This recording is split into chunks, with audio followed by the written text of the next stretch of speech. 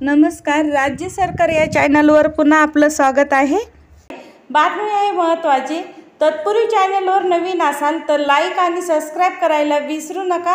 महिला व बाल विकास विभाग व राज्यातील एकात्मिक बाल सेवा योजनांमध्ये जिल्ह्यासह राज्यभरात तब्बल 2 लाख अंगणवाडी सेविका सक्रिय कार्यरत आहेत। ग्रामीण भागातील अंगणवाडी सेविकासह राज्यभरातील सेविकांनी आजपासून हे असहकार आंदोलन छेडले आहे। एकात्मिक बाल विकास सेवा योजना अंतर्गत असलेल्या अंगणवाडी सेवकाची प्रलंबित मानधन वाढ, दरमहा पेन्शन, ग्रॅज्युटी इत्यादी मागण्यासाठी अंगणवाडी कर्मचारी हे असहकार आंदोलन हाती घेतलं आहे। त्यामुळे आता पावसाळ्यात कुपोषित बालकांचं पोषण आहाराचे, त्यांचे आरोग्य तपासणी व औषध उपचाराचा खंड पडण्याची भीती व्यक्त केली जात आहे।